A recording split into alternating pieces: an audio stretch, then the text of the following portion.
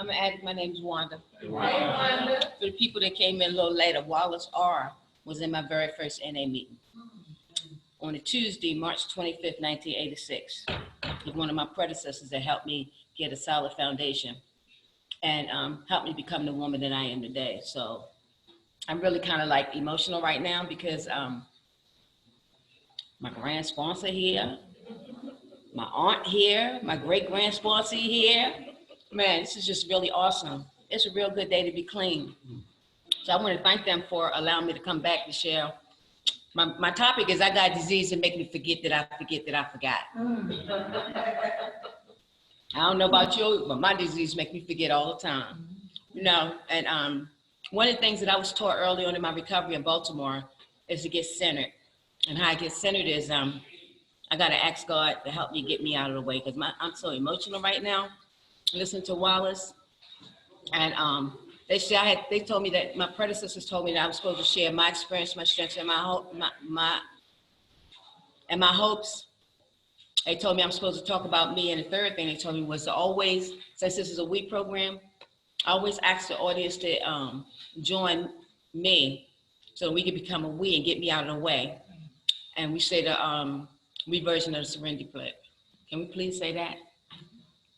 Who woke us up this morning? God, grant us the serenity to accept the things that we cannot change, to carry us to change the things that we can, and the wisdom to know the difference. This is, they always taught me you're supposed to ask God what you're supposed to talk about. And I was looking at the theme, lost dreams awaken, new possibilities arise. You know, when I was a little girl, I had visions and dreams. I'm talking about real ones. And I used to tell my parents, my community, everybody in my family, I grew up in a community where everybody kind of looked out for each other, but they said that I was weird because I had different kinds of dreams than my peers. And I always knew as a child that when I grew up that I was going to leave my hometown, Baltimore. And I used to tell everybody. They said, oh, you're a dreamer. And my mother used to say, your head stay up in the stars. But what they was really doing was they was killing my dreams. They didn't understand that. So every time I saw beyond what most of my peers saw beyond, they would say something was wrong with me. So I grew up in an environment where people really didn't understand me. They said that I was different, and I was. And I used to tell people, when I grow up, I'm leaving Baltimore. God's gonna use me. I'm gonna travel all over the world. I'm gonna do this, I'm gonna do that. And they should look at me like I was real crazy. Everybody should tell everybody, you know, don't even pay her no attention. So anyway, coming up, I didn't sit with my peers and do the things that they wanted to do. I wanted to read books because I had dreams. I wanted to see places. I wanted to spend my time looking at other places. I wanted to travel. So that was another thing that put me kind of in a box. See, I don't know about you, but I grew up in an environment in a community where they wanted me to live inside a box, and I was resistant to that. So I got labeled real early of being rebellious, because I wasn't like everybody else, didn't want to be like everybody else, and I didn't want to end up like everybody else. Because where I came from, I saw junkies on the corners, on the streets, laying out, and I swore to God, my mother was an alcoholic. I swore to God I wasn't going to be like her. But I didn't know this was a family disease, right? And because I got a disease that make me forget that I forgot, and I thought that I choose a different drug than she did, I ended up just like it was just a different drug. You know, and my oldest brother, who gave me every drug that I ever used, gave me my first NA schedule. He went to treatment, and I had been on them. I never do no more dope. And they called me and said, we got to go up here to wherever he was at, up in the mountain somewhere, to this treatment center. So I went out and got me some dope. I had been in the house some 3 days. I forgot what you call them. It's been so long since I used dope, but it was a 3-day cure, I think it was. Well, anyway, I went and got me some dope, and I used to keep my dope in my little jean pocket right here, right? And we went up there, and they had a room like this. We was on one side, and they was on the other side. So the counselor, I guess that's who he was, he came out, he said, y'all co-addicts. And I looked over there at my brother, and right then I knew I was not a co-addict. I was just like my brother, I just wasn't in treatment. And he gave me my first NA schedule, and that was March 24th, 1986. The next day, I went to that meeting on Ashland Avenue, and I haven't found it necessary to do no dope ever since. So when I walked into the meeting, well, actually I didn't. I went and got my Get High partner, and Wallace used to be his sponsor.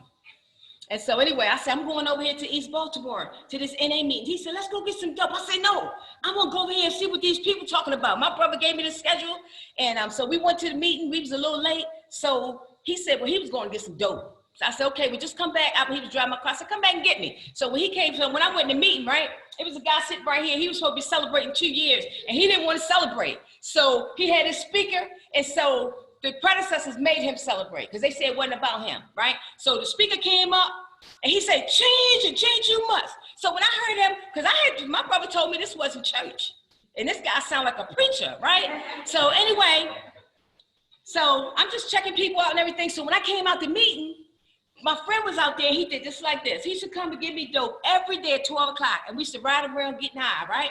So I said, so we went to the park where we used to go to. I said, I don't want none of that. So he said, what in the world you want? And got into a cult or something? He said, I never turned down dope before. So he had already did his dope. So I sit there telling him all about the stuff that I saw in NA, why he snorted the part of dope that he thought he was gonna give me. But ain't no hope in dope. I didn't want that dope, right? So anyway, we came to NA, he followed me to NA, we followed my brother to NA, but they told you when you was new, if you had family, you separate yourself. You know, you don't want to get attached to that. You find other networks and stuff like that. So I came in NA, they say chase these meetings like you chase these drugs, right? They say get involved. I start doing service work, and I start coming, and I just had so much passion to want to learn. And see, when I came, I snorted dope. In my community, everybody shot dope. And I wanted to get clean because I didn't want to shoot dope, because I had keloid skin and I didn't want to end up with marks and stuff all over my arms and stuff like that. But I'm not the only one that got disease to make me forget that I forgot. Because what happened was I learned early on recovery that my disease worked through other people right up in Narcotics Anonymous. See, it didn't want me here. Because when I was on my way to the meeting, my Get High partner told me, let's go get some dope. And I didn't want to go get no dope. And then when I came, I had reached the bottom, a spiritual bottom, but I hadn't reached a financial bottom, and I still snorted dope. So I kind of still looked good. I didn't look like most of the people looked who shot dope and had been out there on the corners for a long time. And so the disease started working through them, telling me that I wasn't an addict. Really? They said I wasn't an addict. I hadn't reached my bottom yet, but I was always, remember I told you in my community, whatever they said that I wasn't gonna do, I did the opposite. So when I came to NA, it wasn't no different. So they said, oh, you ain't no addict.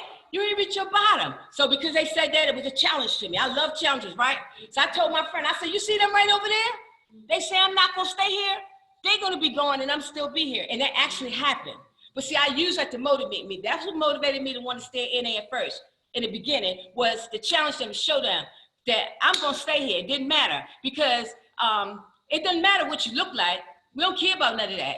It's what your problem and how you need help. So anyway, I kept coming, I kept getting involved in everything, and I would tell people about my dreams. So one of the things was I sold drugs. And when I came into rooms, I was selling drugs. And they told me I couldn't sell drugs no more. But my Get Hard partner still sold drugs. And so I would talk to the entrepreneurs in the fellowship. That's what it was. And they all were selling things and stuff like that. So I want, I knew I want to jump where they jump at.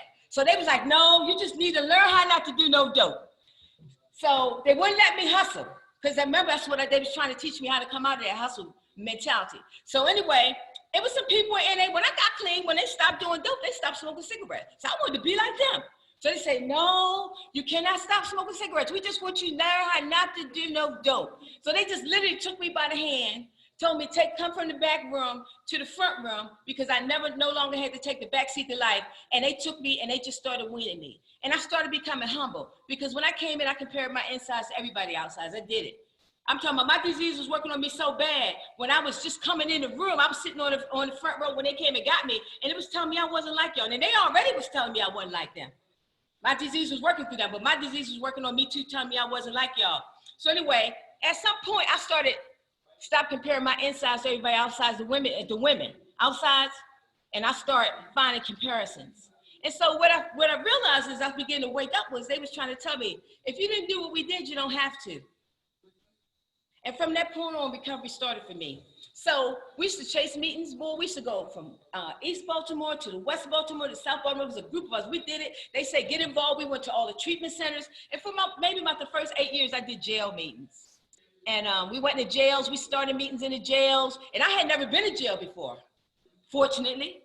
But I was trying to do my service work. So I remember I used to hear the women say they was glad that God brought them to jail. I couldn't relate to that because I had never been to jail. So we used to pick women up from the jail, bring them to the meetings and everything. And one day I asked the sister I was bringing from the meeting, from jail to the meeting, and she said that that's what it took for her to hear God. And this kind of changed my perspective. So anyway,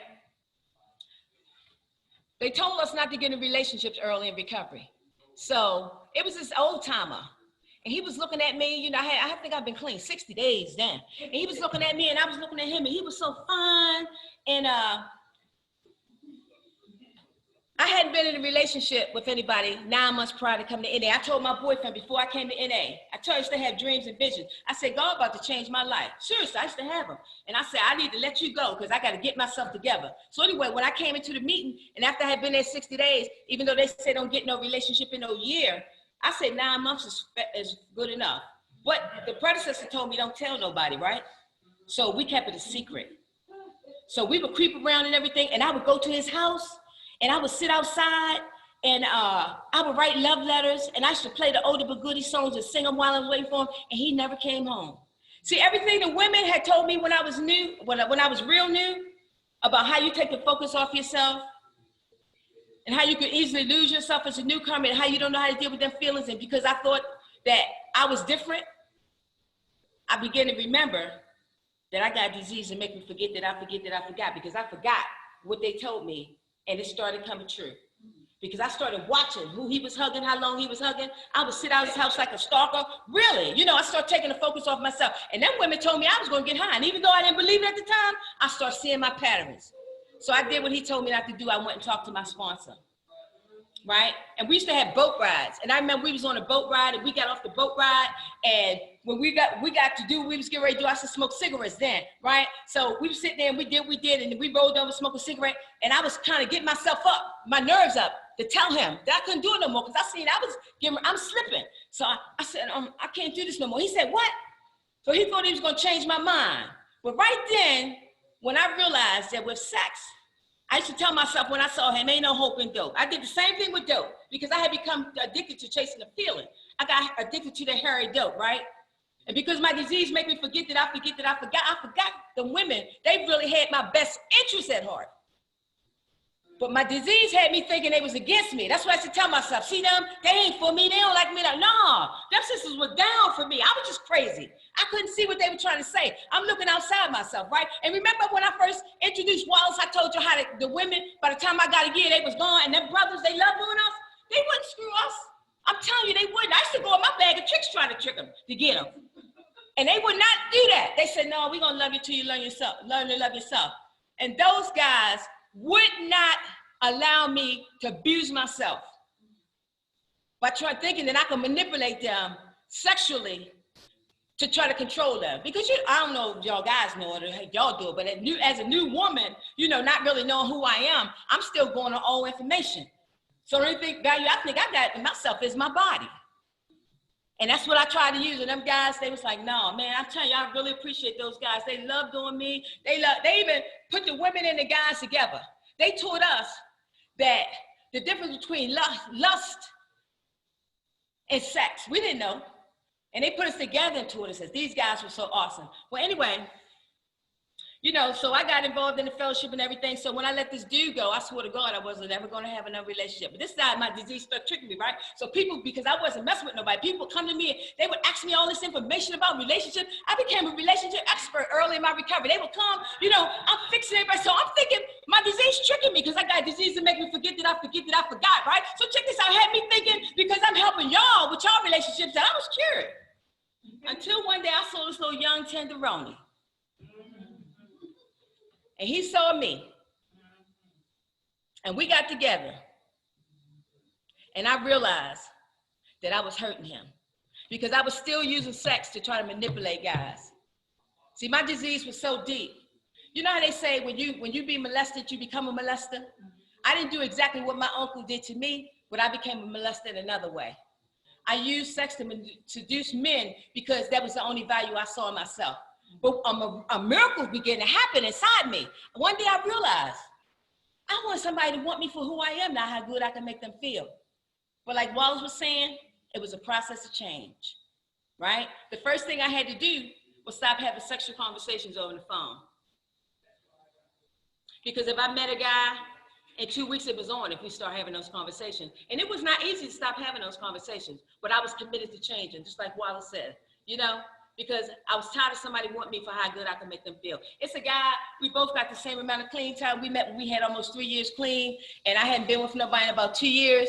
And we went to a convention and we met and we got together. And when I came downstairs, one of my predecessors said, "You've been upstairs?" And I couldn't believe it. I couldn't understand how he knew what I had been upstairs doing, right? So anyway, I didn't talk to the same guy for years. But remember, I still was going to all information. It was all about me using a feeling to control somebody. That's really what it was all about.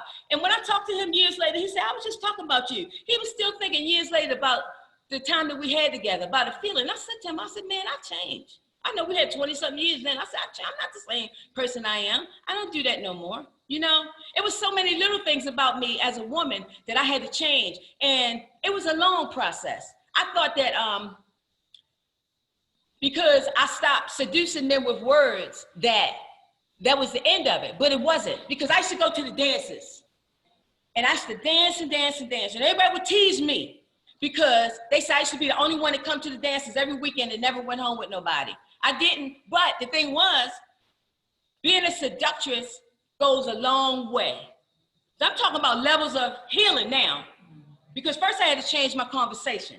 And then God started revealing to me through the step work, there was other levels of the way that I seduce people. So it was easy for me to do it with words or do it with a feeling in bed, but I didn't know that I was still doing it on another level with dancing. So I would go to the dance and I would erotically dance and I would seduce people with my wiggles and all that, you know, one day, and the steps revealed that to me. Now, it may not make no sense to nobody else, but this is my healing, right?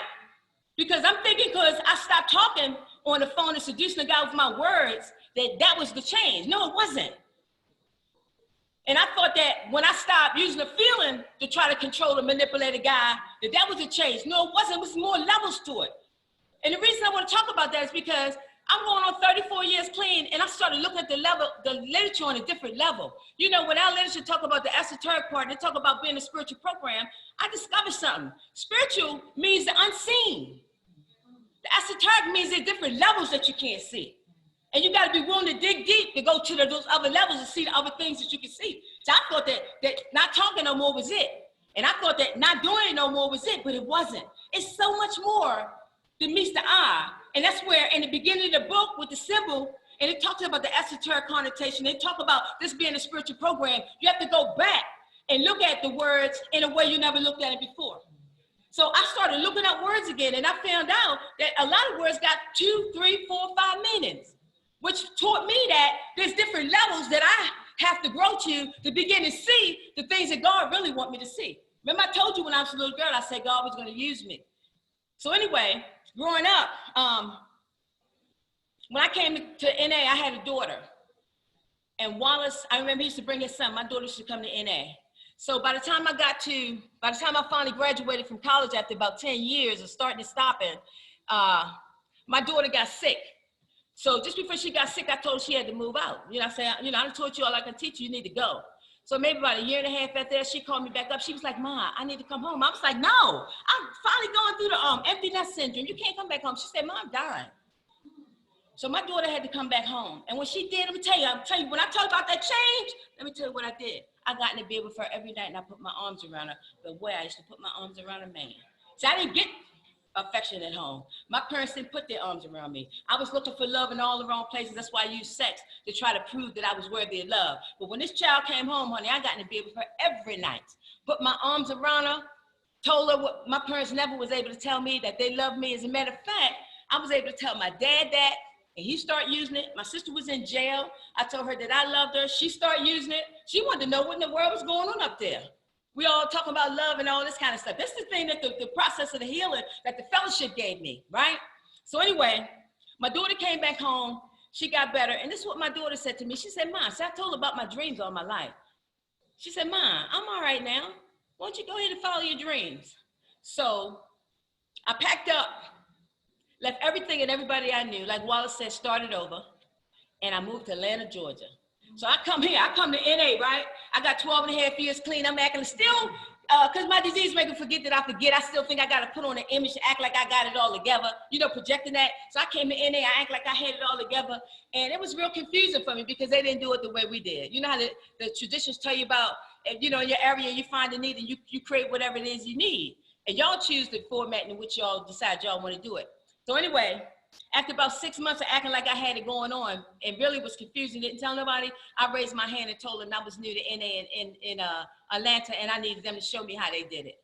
And that's when my recovery began in NA, in Atlanta. And I could relate to what Wiles was saying about starting all over because it's not easy. Remember, I left everything and everybody that I knew.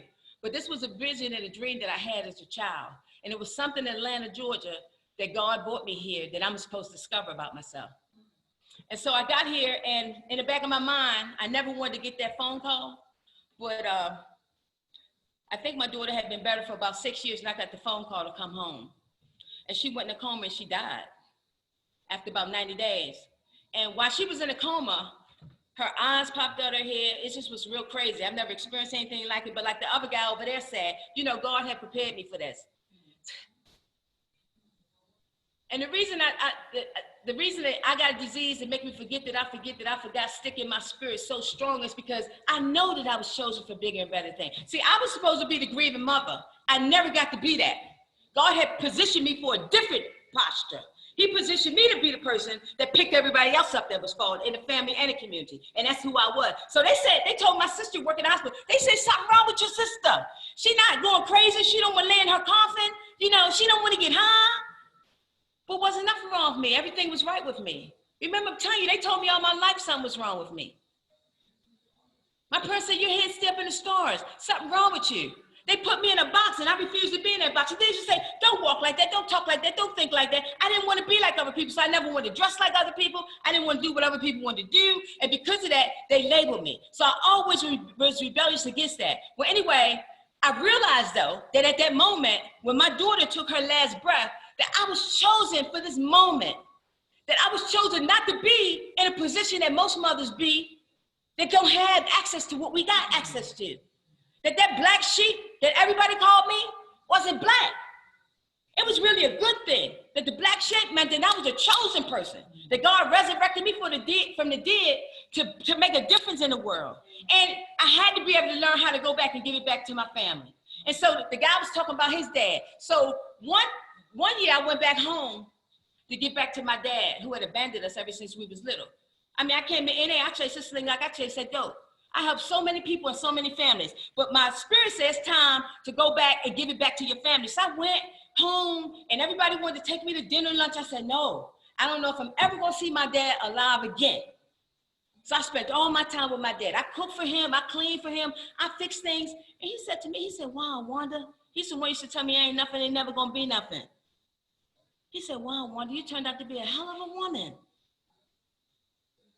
That meant so much, but I wanted to give to him something he was never capable of giving me. And I understand that why he wasn't, you know? And my brother started taking care of him. So anyway, we buried my daughter, we buried my dad. So I came back to Atlanta, and although I didn't lay down in my coffin, that's what in Baltimore we used to call your bed, your coffin when you get depressed and don't want to get out of bed. Although I didn't lay down in my coffin, although I didn't want to get high, my grief and my healing took place on a different level. So I went back to school and finished my degree. Just trying to work on my insides to try to get myself together to figure out what God wants me to do. Because at this point, I'm at a point where I want to be who God chose me to be. And so that's when I realized how, when our literature says it's a selfish program, I realized that I was still real selfish and self-centered. It was still all about me. I remember when I had 10 years clean and God broke me all the way down to the white meat, took everything. And he showed me why. He said, because for 10 years, you've been acting like you've been holding the rein. He said, but I've been holding that and I want you to figure it out. That's why I broke you all the way down to the white meat. When I got to 20 years, the same thing happened. You know, because I got diseases that make me forget that I forget. Wallace said it, you know, I get myself together, but I want to take the reins back and I want to do what I want to do, how I want to do it. But at that point, after 20 years, God said, no, I'm not going to move you forward no more unless you do what I chose you to do. See, he chose me for a purpose. So I had forgot that. I came to NA like Wallace was saying, or somebody was saying, you know, it's all about money, property, and prestige. Forget what God want me to do. Forget what he chose me to do and who he chose me to be. And this is something I knew when I came to NA. It's not nothing new to me that was revealed while I was here. This is something I knew from childhood, because everybody in my community told me, they saw it in me, you know? And, but I still don't want to be who God want me to be. And I have suffered as a result of it. It may not make sense to you, and you may not be here yet, but they told me when I was a newcomer that when they say things, they really planting seeds in your computerized memory, and one day you're going to be able to pull that out and say, oh, that's what they meant. Oh, that's what they meant. Well, anyway, I've done every level of service work that you could think. And most of the time I did is because I was still trying to prove that I was worthy, and I was still using to run away from what God wanted me to do. I was still wanting to do what I wanted to do. So one day I had to start weaning myself off of service work, really. I had to start all over again, like he said, and teach myself how to say no. And because my disease worked through other people, they would call me up, Wanda, we need you to do this, Wanda, we need you to do that. And I had to learn how to start saying no. And it wasn't easy, because I was used to saying yeah. I was used to putting all my time in everybody else's stuff and never working on my own dreams and vision. Before my daughter died, I wrote articles for a magazine. I have like 600 articles published. I'm extraordinarily talented. But because I got disease and make me forget that I forgot, when my daughter died, I forgot everything that I knew how to do. Really, I mean, literally. And maybe 10 years after that, it started coming back to me again. And I said, oh my God, I forgot I did that. Oh my God, I forgot I could do that. Oh my God, oh my God, oh my God. So I'm working on resurrecting the talents that I always had that I put to sleep. That was part of my grieving. When my daughter died, I stopped doing everything. I stopped writing. I stopped my radio show. I just stopped doing everything, and I went inside. And so even though on the outside, everybody else, it looked like I wasn't suffering, I was suffering on a much deeper level than most people could even see, because of my disease make me forget that I forgot. My daughter said this to me. She used to say it to me all the time, Mom, you act like nothing bothered you. That's what she said to me. But when she was in that hospital dying, she asked me to sing to her, because I used to sing to her every day when she was a little girl, and I couldn't sing. She saw a fear in me, you know? So I still had that image where when the outside, everybody think, oh, Wanda got together, she all right, she don't need nothing. No, yes I do.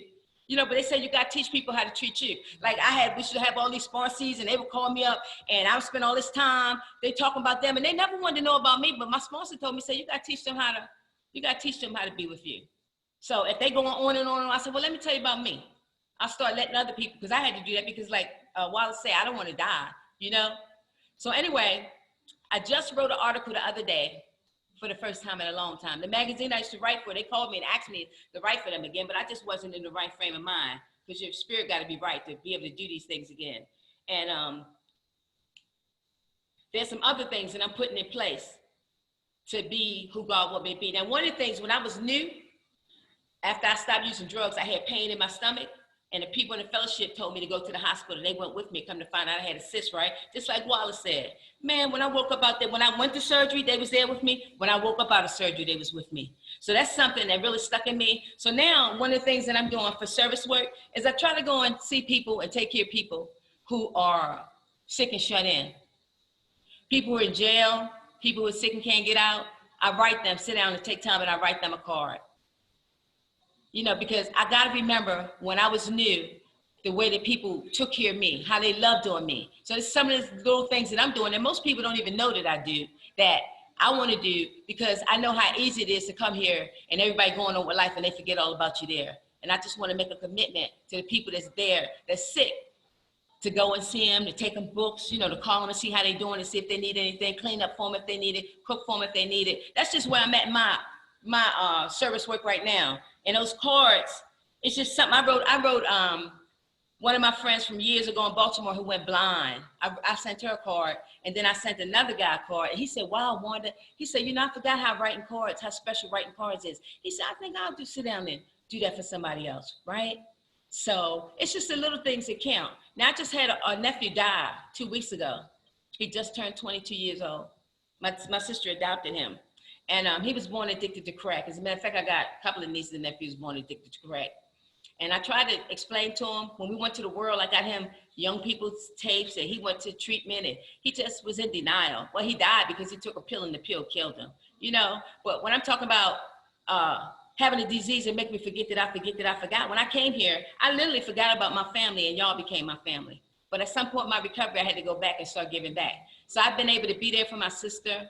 You know, she watched me through my daughter's death. She was there with me. I mean, really talk her through everything that she's going through. I got brothers and sisters, they like physically having physical challenges. And my oldest brother, who the one brought me to NA and taught me everything I know about health, you know, I get a chance to give back to them. For me, it's all about giving back to my family. Now, another level of recovery that I'm on right now is I'm working with people who have children. See, because I discovered something in our literature on a higher level. When I started looking between the words, in between the words, seeing the spiritual connotation of those words, is that when I got clean, when I got chosen, you know when they told you when you knew that you powerless, you got to be powerless to become powerful? I remember that when I was a newcomer. It was hard for me. My sponsor made me stay on the first step for a whole year because it was so hard for me to surrender, right? But what I discovered is that along with that, God give us a whole nother level of power.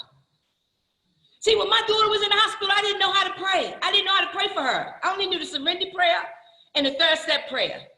But now when people have children that die or family members that die, I know how to go there and pray for them. I know how to go there now. I'm trying to teach people how to pray. People who get sick, how to pray for themselves because they scared they're alone and they don't know. Now, I'm telling you, I never wanted to be this, but it's who God chose me to be.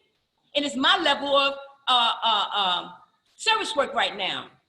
And it's so hard when you're a parent and you have children that's hooked like we are, and you're in a program and you don't know what to do, and you don't know yet that there's another level of power that God give you so that your children don't have to end up that way. That's what I'm discovering. I don't know about you, but I'm discovering that.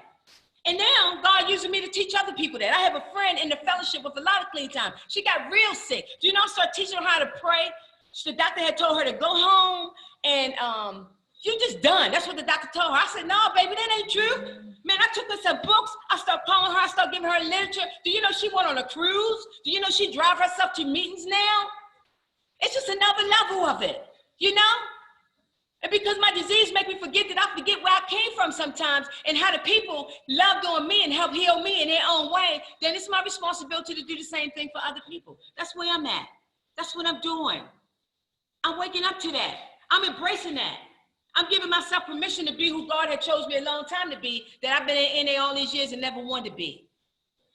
Lost dreams awaken, new possibilities arrive. My dreams died, really, when my daughter died, and I forgot what they were. I suppressed them, and now they're coming back to life again. So now I'm willing to come in and be who God chose me to be. You know, I ain't got to do nothing to prove to nobody who I am. I don't have to do no work for nobody to prove that I'm good enough. I am who I am. I am who God chose me, and I'm going to be who God chose me to be. In closing, I just want to say this. When I was a newcomer, I went home one night, and I was thinking about everything that everybody said in the NA to me, right? So I wrote these words down. I just want to share them with y'all. And then last year, I wrote some new words because I've been clean a long time, so I'm going to share that with you too. So it goes like this. My name is Wanda R, and I'm no star. I came to run the rooms completely in awe. My mind was beating my body and soul, but little did I know my life would unfold. Keep coming back is what y'all said to me, but I had to admit that I had a disease. A disease, a disease, a disease, a disease. I had to admit that I had a disease. Open-mindedness and honesty is what it took for me to admit that I was powerless in order to be free. To admit that I was powerless over my disease and be willing to change and remain a junkie. Now, one is too many and 1,000 never enough. And little did I know that I wasn't tough. I had to start my mask, shed my mask to start my task, and realize all my feelings were past. Now I would search high and I search low, and everywhere I go, no one would even care to allow me to share. But I cried to my higher power to answer my heart and my soul desire. One night while I was asleep, my brothers came to me and said, NA, it's where it should be. And I wrote that almost 34 years ago. But this is what I wrote last year. Who are we? We are Fellowship of Recovery. We are in NA. We are a house that never, wait a minute, that's not it. Wait a minute. Who are we? We are a fellowship of people. We are a fellowship in recovery. In NA, we never lose. We are all winners. Oh yeah, we get our families back. Oh yeah, we get our lives on track. Oh yeah, it's for me and you. Oh, yeah. Thank you.